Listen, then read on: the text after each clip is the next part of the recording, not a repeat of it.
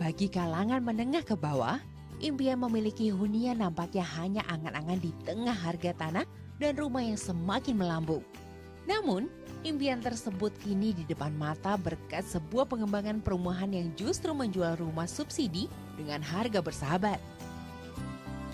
Inilah Elang Group yang diprakarsai oleh Elang Gumilang, salah satu miliarder muda yang merintis usaha properti sejak masih kuliah 6 tahun lalu. Pria 28 tahun ini justru mendapatkan omset miliaran rupiah dari proyek rumahan sehat sederhana yang dibangunnya sejak tahun 2007. Saya tuh harus mulai menjadi sales perumahan. Waktu itu masih tingkat 2, usia saya masih 18 atau 19 tahun. Tapi mungkin itu jalannya Tuhan, jalannya Allah. Saya digembleng sampai akhirnya tahun berikutnya di tingkat 3 saya mulai menjadi seorang kontraktor. Sampai berjalan dan ternyata ada kesempatan, ada suatu tanah yang cukup murah dan sudah ada izin dan set plan-nya. Saya menawarkan diri untuk membeli itu dengan pembayaran selama 1 tahun. Saya nggak punya modal dan kawan-kawan saya mengumpulkan modal untuk berbisnis dengan sistem bagi hasil. Alhamdulillah waktu itu proyek pertama cukup sukses dan sangat luar biasa. Ya, mencari modal dalam usaha properti tidaklah mudah. Apalagi saat memulai bisnis ini, usia Elang masih terbilang sangat belia. Semua usaha ia lakoni untuk mengumpulkan modal, mulai dari berjualan donat hingga berjualan minyak keliling. Dengan modal terbatas, Elang berhasil membangun sebuah perumahan subsidi. Tak disangka, perumahan yang berlokasi terpencil itu kemudian laris manis bak kacang goreng. 100 unit rumah pertama berhasil ditinggali kalangan menengah ke bawah, termasuk buruh dan pemulung. Ya, mungkin orang bilang, wah kayaknya Elang Group tuh sosial banget. Saya pikir memang kita berbisnis tuh harus bisa mendapatkan keduanya. Profit, karena kalau tanpa profit perusahaan tidak jalan, tapi sosial pun harus. Kenapa? Karena kita tidak terlalu ngambil untung yang besar-besar, untung yang sewajarnya. Nah, saya pikir selain memang sosial, kedua, ini segmen yang saya ambil, karena di Indonesia sebagaimana kita tahu ada backlog properti itu kurang lebih 13 juta. Di Indonesia ada kurang lebih 8,3 juta keluarga yang belum memiliki rumah. Setiap tahunnya kebutuhan akan rumah itu sekitar 800 ribu dan yang dipenuhi baru sekitar 200 ribu. Peluang bisnis properti menengah ke bawah bukan tanpa resiko. Terkadang mencari lahan murah hingga urusan premanisme harus ia hadapi. Namun Elang memiliki mimpi bukan hanya menghadirkan papan untuk kebutuhan primer saja. Lebih dari itu, Elang juga memiliki misi ingin mensejahterakan kehidupan masyarakat. Saya pikir ya itu kan memang ada, ya kita tahu banyak juga kan permasalahan misalkan lokasinya jauh. Yang salah satunya kadang-kadang kita mengbrandingkan dengan menggabungkan dengan misalkan dapat rumah plus motor. Kenapa? Karena biar masalah-masalah sosial masyarakat pun terpenuhi. Misalkan di situ tidak ada pasar, kita bikin pasar kaget. Nggak ada misalkan sistem keamanan, kita bikin sendiri. Nggak ada air, kita bikin sistem air sendiri. Kenapa seperti itu? Karena kita tahu fungsi utamanya dari suatu perumahan itu adalah membangun sistem kehidupan. Nah, dari sistem kehidupan lah yang dibangun sebenarnya bukan perumahan, tapi lebih pada community development. Inilah proyek perumahan pertama yang dibangun Elang. Namanya Gria Salak Endah dan berlokasi di Bogor, Jawa Barat. Saat ini perumahan Gria Salak Endah tahap 1 sudah dihuni sekitar 20 kepala keluarga. Elang sendiri memiliki sekitar 13 perumahan. 6 sudah dihuni dan sisanya masih dalam tahap pembangunan. Semuanya berlokasi di Bogor dan Sukabumi, Jawa Barat. Rumah sehat sederhana tipe 36 ini dipatok dengan harga 85 juta hingga 95 juta rupiah per unitnya. Tentunya ini memberikan angin segar bagi masyarakat menengah ke bawah yang ingin memiliki rumah sendiri. Kadang-kadang kan rumah yang lain harga brosur mah segini, kenyataannya enggak. Kalau ini mah alhamdulillah sih Bu. Di bawah 4 lah kita bisa langsung terima kunci. Per bulannya 533. Kalau sekarang mah bikin rumah aja sulit Bu ya, harga tanah aja sudah mahal. Jadi adanya perumahan ini ya membantu sekali gitu Bu. Beragam penghargaan sudah diterima Elang atas usahanya. Namun belum sampai di situ, Elang masih memiliki cita-cita membuka perumahan kelas menengah ke bawah di berbagai daerah lain. Frianti Isyana, Laga Pualam melaporkan untuk NET. Wow. Yakin, semangat, punya fokus, punya inovasi, kreatif. Itu ada beberapa ciri dari orang-orang yang terlihat memiliki kesuksesan dalam kehidupannya. Betul. Dan sudah ada orang yang memang bersama kita di pagi hari ini. Betul. Yang akan memberikan kita inspirasi seputar sepak terjangnya di usia muda tapi sudah memiliki banyak sekali pengalaman bisnis dan sekarang dikenal sebagai pengusaha properti yang sangat muda. Betul. Selamat pagi Elang Gumilang. Selamat pagi Mbak Mas. Pagi Elang. Nah, kenapa fokus properti maksudnya fokusnya tuh lebih ke rumah sangat sederhana? Saya pikir kan sebelum saya masuk dalam bisnis properti, saya banyak melakukan banyak bisnis. Itu pun dikarenakan saya tidak punya modal. Saya SMA kan hanya seorang tukang donat keliling tadinya. Oh, Lalu iya. pas kuliah juga, selain memang kuliah, saya juga bahkan pedagang sepatu keliling, bahkan pernah menjadi pedagang minyak goreng keliling dulu tuh. Cuman sampai akhirnya saya mungkin alhamdulillah masuk ke properti, tapi kenapa masuk ke segmen ini? Iya. Karena kalau secara makro sih Indonesia kan ada backlog kurang lebih 13 juta rumah yang backlog. Apa itu backlog? Backlog tuh jadi kekurangan rumah. Jadi tepatnya 8,3 juta keluarga Indonesia tuh belum memiliki rumah. Iya. Dan setiap tahunnya kebutuhan akan rumah tuh 700.000 atau 800.000 dan yang terpenuhi baru sekitar 200.000. Nah, masalahnya banyak orang atau developer yang pengennya main ke segmen menengah ke atas. Betul. Dan saya pikir saya tetap bisnis sosialnya dapat, tapi untung pun harus tetap dapat. Dan saya pikir kedua-duanya bisa dapat gitu. Jadi tetap bisnis tapi segmennya lebih pada menengah ke bawah dan sosial tentunya. Jadi sudah berapa lama nih bergelut di bidang properti sendiri? Sebenarnya kalau bergelut, saya mulai dari tingkat 2 saya udah pernah jadi sales perumahan. Lalu 2005 lah tingkat 2, saya tingkat 3 saya jadi belajar dari kontraktor. Sampai akhirnya di tingkat 3 akhir saya belajar nekat jadi seorang developer. Waktu itu tingkat 3 akhir kuliah lah mulai itu. 2007 lah kurang lebih. Strategi pendanaannya, betulkah Anda tuh belajar dari krisis moneter 98? Maksudnya apa itu? Ya jadi gini Mbak, dulu saya cerita aja, pertama kali investor saya itu adalah kawan-kawan saya sendiri. Karena saya nggak punya modal, mereka invest ke saya bagi hasil. Alhamdulillah dalam waktu 1,5 tahun, proyeknya besar sekali bagi saya, ya anak mahasiswa lah. Nah itu membuat saya percaya diri masuk properti. Lalu pada tahun 2010, nah ini saya udah mulai agak sedikit banyak godaan. Waktu itu usia saya masih 25 tahun, tapi hutang saya udah 40 miliar kurang lebih. Hutangnya 40 Hampir 45, miliar dalam 40 usia miliar. 25 tahun. Ya 2-3 tahun yang lalu lah. Oke, Tapi sekarang udah nol. Oh Udah iya? nol. Tapi satu pelajaran bagi saya, kebetulan saya banyak mentor-mentor yang pengusaha developer besar. Mereka tuh ketika 9798 jatuh gara-gara hutang yang membelit lah ibaratnya. Makanya sekarang saya udah ketika nol, saya mulai hidup baru lagi. Untuk tahun depan ada 13 project itu. 8 sendiri, 5 kongsi. Jadi kalau memang saya nggak sendirian nggak kuat ya, saya kongsikan bagi hasil lagi dengan orang-orang.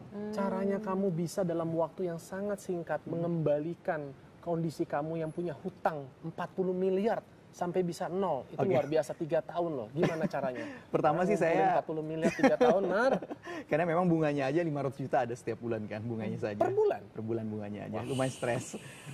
Tapi memang apa ya, satu sisi seperti itu, ya satunya ya memang waktu itu salah satunya ada strateginya, saya produktivitas kenceng banget.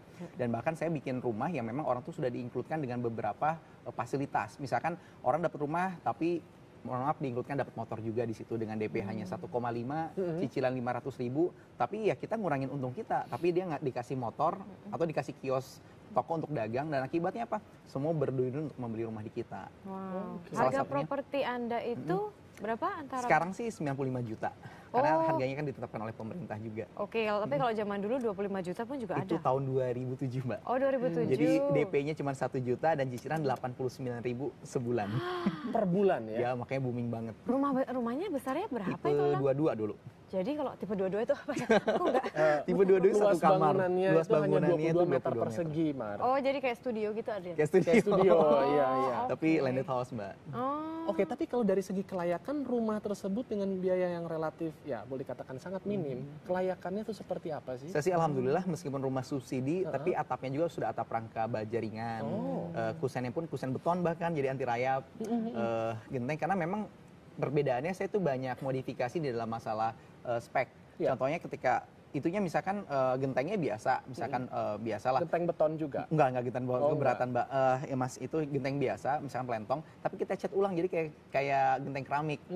Jadi atap rangkanya kita beli, tapi kita potong-potong sendiri supaya kosnya lebih rendah. Pelentong itu yang kayak tanah liat, dari tanah liat ya, itu tapi kan? agak bagusan Lebih dikit. bagus sedikit itu. Jadi dengan kita bikin rekayasa sedikit konstruksi itu mengakibatkan dengan harga murah, tetapi masyarakat bisa lebih menjangkau. Atau kayak semen kita belinya nggak cakan, kita pakai sistem selo. Jadi selo tuh jadi sistem semen tapi yang pakai ini itu mengakibatkan cost lebih efisien. Jadi masyarakat bisa menjangkau lebih Kamu murah. tuh keren banget sih, Lang. Boleh tahu nggak siapa sih mentor kamu sampai membuat kamu punya inovasi-inovasi seperti Kebetulan alhamdulillah banyak orang yang kasihan sama saya mungkin. Kasihan paling bisa.